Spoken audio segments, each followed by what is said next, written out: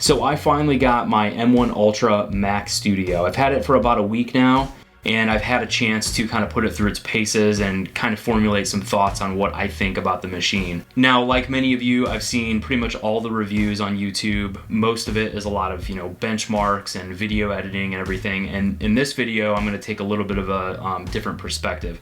Now, I'm a commercial photographer and digital artist. I primarily use tools like Photoshop, Lightroom, Capture One, pretty much all your standard photo tools, and it works really great for that. But I'm actually getting into 3D and CGI, and I wanted to see how it would perform using Cinema 4D and Redshift particularly, and I know that there are a lot of other people who are interested in seeing that. So in this video, that's primarily what we're going to focus on. Now, before we get into Cinema 4D, we should probably talk about the specs of the machine that I purchased.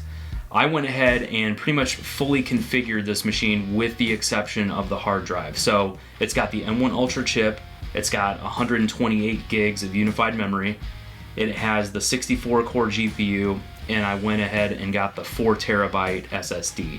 So I'm not going to go through any specific benchmarks per se. I'm just going to kind of show you my real world experience using the Mac Studio versus what I was using before, which was the M1 Mac Mini. So with that being said, let's go ahead and jump into Cinema 4D. Okay, so we're in Cinema 4D, and this is a scene that I created recently. And I've got a couple of different cameras set up, but before we get into all that, let's go ahead and just kind of walk through the scene a little bit. So I'm just gonna back out here so you can kind of see an overview of everything that's going on. So as you can see, it's not the most complex scene in the world by any means, but it ends up rendering out a really cool image at the end. So as you can see, I've got some different lights set up here. I've got the softbox, I've got a little makeshift desk set up, I've got a pen, I've got some simple cubes with a bevel on there, some paper, a little ornate kind of cactus, and then I've got this interesting shelf in the background. So again, pretty simple.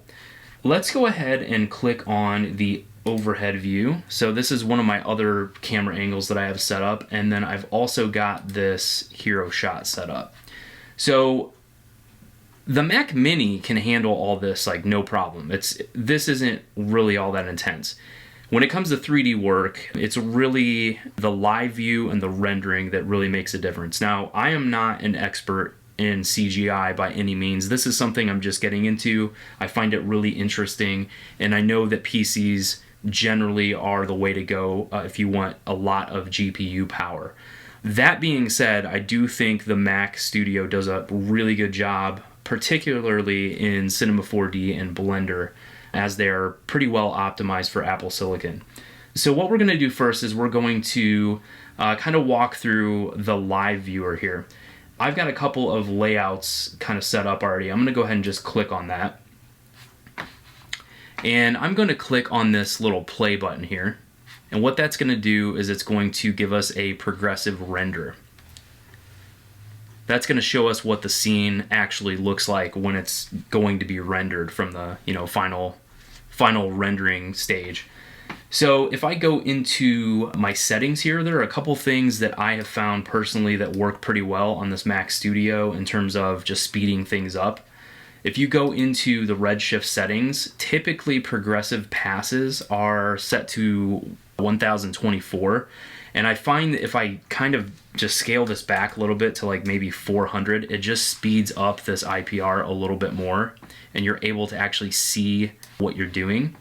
In addition to that, if you go to view in your IPR and you click on IPR undersampling, right now it's set to 0, but as I increase that number, this will actually speed up quite a bit. So I'll show you that in just a second.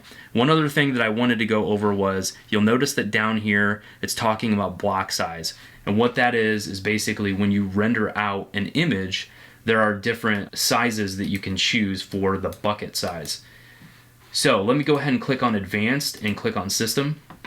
Because this Mac Studio has so much VRAM, you can actually increase the bucket size quite a bit. So By default, I think 128 is what you're going to be looking at when you open up Cinema 4D and start messing with this stuff. But that is going to actually slow down your render time. So it actually recommends using 256 or 512. I typically set it to 512. If for some reason it can't handle it, it will automatically default to 256. So I usually just keep it at 512 in this case. Now, with all of this being said, let's go ahead and get our float cam here. Actually, let's go ahead and look at our overhead view.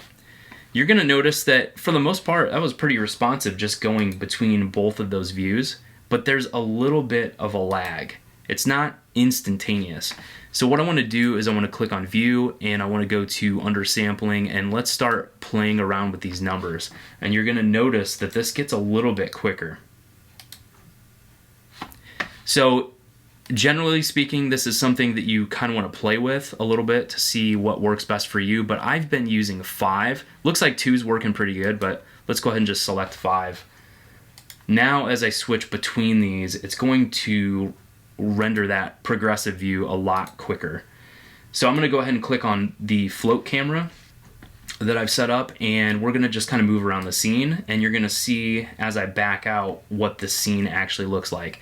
So I've got an HDRI going on just for some ambient lighting. I've got some different lights on the background to add some interest. Those are lights with gobos on them. Same thing up here with this desk. I've got some really nice gradations of light going on. And you'll notice that as I zoom in, that IPR does a pretty good job of really letting you see the detail of these objects. So as I move over, let's just go ahead and zoom in here. You can see it's rendering pretty quickly. Now, this little tool here that looks like the crop, this is actually a region render, and it just allows you to select a specific area that you want it to kind of render quickly. So if you're trying to build materials and you want to see kind of what they look like, that's a good way to go. So if you need to, make any adjustments or anything, let me just click on this.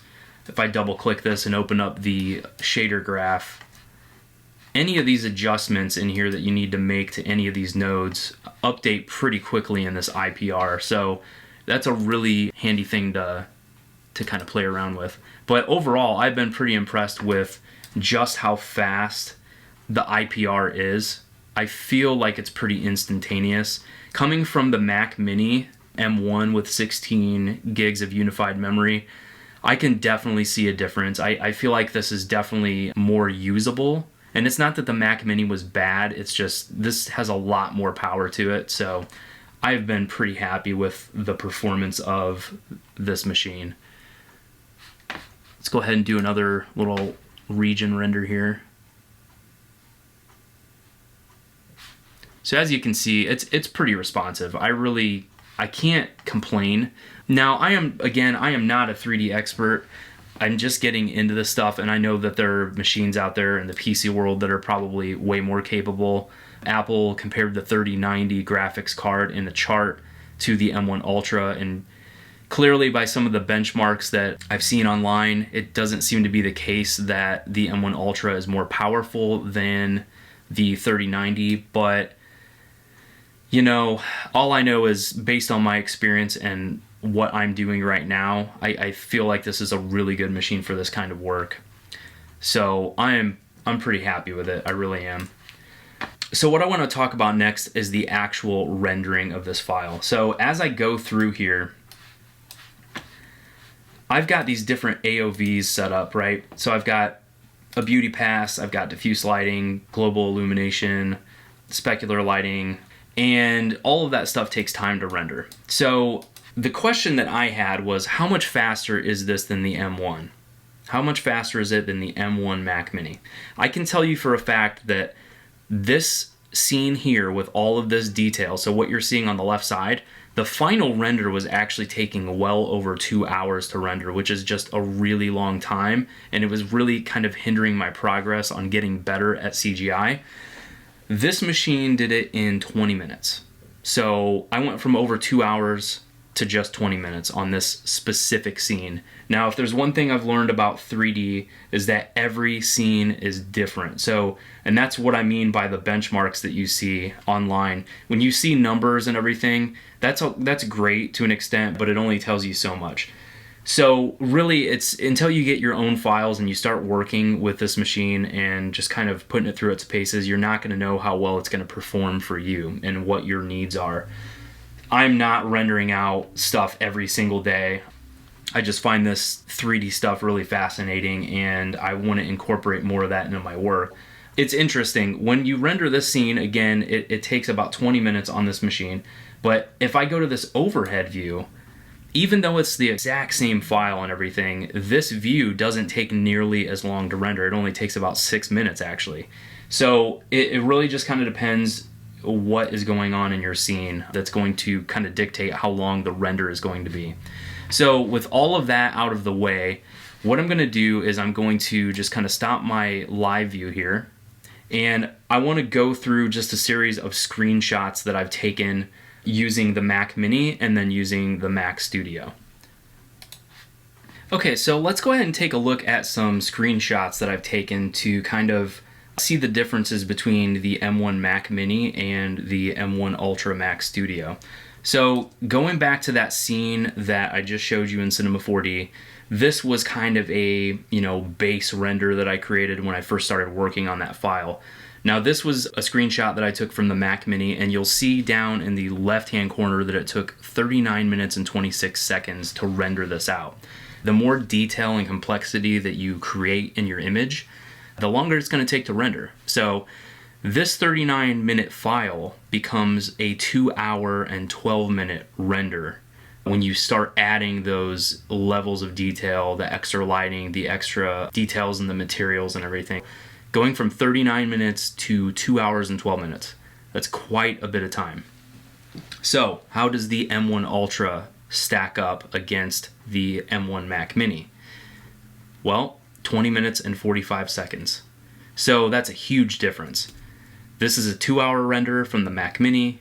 This is a 20-minute render from the M1 Ultra Mac Studio. So I am very happy about that. Now, this is one of those things where, again, benchmarks are great and everything, but until you actually work on files that you are working on and they're yours, it's hard to say whether or not it's going to be the right machine for you. But I can tell you that based on my experience with the Mac Mini and the M1 Ultra, there's a huge difference in render time. So that's pretty significant for me. Now, how does this stack up against the 3090? That I don't know. Looking at all the charts and everything that I've seen, and the 3090 is a powerful graphics card. It's awesome, but it draws a lot of power. When I was rendering all this stuff, I didn't hear anything from the Mac Studio at all. Didn't even really get warm, to be completely honest. It's pretty impressive. So here is that same exact scene file, but a different camera view. This is that overhead view that I showed you earlier, and this only took 6 minutes and 46 seconds to render out, which is not bad. So again, going back to, even though it's the same exact scene file, there's a lot more going on in this render than there was in this one. So this one, it makes sense that this is actually quicker. Now, again, bucket size has a lot to do with how fast this stuff renders out. I generally go with that 512 bucket size, and it renders out pretty well. Also, I wanted to mention that these are rendered pretty high res. So they're 300 ppi. This one, I believe, was 3480 by 3480. So I think it was, I don't know if that's technically 4K. I know 3840 by 2160 is generally 4K, but let's just say it's in the ballpark of 4K. So pretty good size file for 3D work. I'm used to using, 60 megapixel files out of my Sony a7R IV camera. So the Sony camera definitely has much bigger files than this, but you get the idea. So let's go ahead and take a look at some other quick examples. I'm going to show you an animation that I rendered. Now this is from Grayscale Gorilla. I'm a member, so I have access to this file. I've never rendered an animation before. Looks pretty cool. Now this is an 8-second animation. So 8 seconds of video footage. That's not a lot, right? So how long does that take? Well, it took the Mac Studio 10 hours, 1 minute, and 29 seconds to render that. So that's 192 frames, so 192 images put together into a video, and it took 10 hours. Now I know animation takes a lot longer than a still image, and it takes a little bit longer to render each frame as you move through this animation because there's more detail that needs to be rendered out. I don't have anything to compare this to. This was the first time I'd ever rendered an animation, so kind of take that for what it's worth. We'll take a look at a couple other examples here. This is from my Mac Mini. You can see here that it took 14 minutes and 32 seconds. This is just kind of a quick scene that I threw together. Threw on like a fabric texture and some gobo lighting, and this was a 4K render at 300 ppi. Took 14 minutes and 32 seconds on the Mac Mini. It took 2 minutes and 44 seconds on the Mac Studio, so quite a bit of difference there. This scene in particular, I don't have the Mac Mini screenshot for, but I can tell you that it took well over 2 hours on the Mac Mini to render this. As you can see, we've got different render passes over on the right. And as you look down here on the bottom, it took 10 minutes and 40 seconds to complete this render.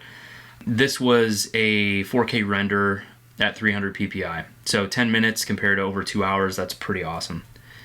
Now this one here, again, I rendered this on the Mac Mini a long time ago, and I know this one took longer than that wide shot. This took probably a good 3 hours on the Mac Mini. Only takes 26 minutes and 14 seconds on the Mac Studio, so huge improvement there. This one is a file from School of Motion. Someone wanted me to test this file out, so I decided to download it and give it a shot. It took the Mac Studio 9 minutes and 8 seconds to render this at 4000 by 4000 pixels, 300 ppi. So I don't think that was too bad. The person that had the Mac Studio with a 48 core GPU, I think said it took over 10 minutes, so I might have got maybe, I don't know, a minute and a half faster on the 64 core GPU.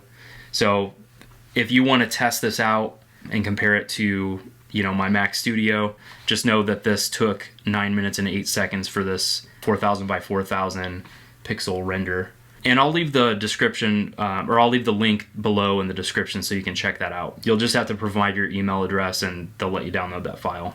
And then lastly, this is just a quick little file that I put together in Cinema 4D.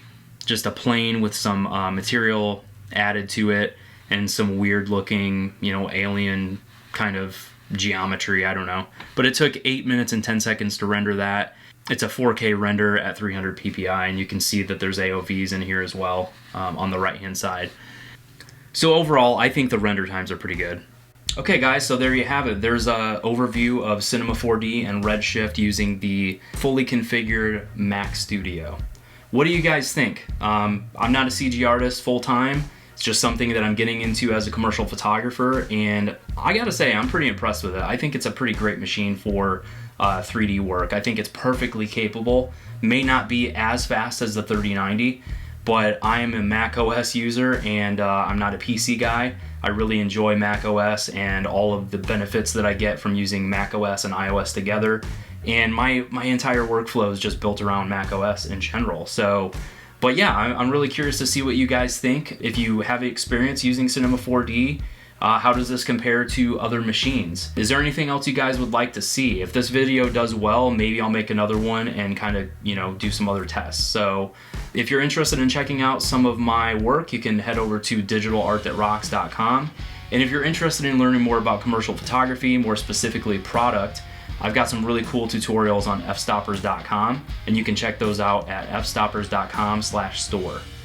All right, so that's all I got for you guys today. I will see you in the next video.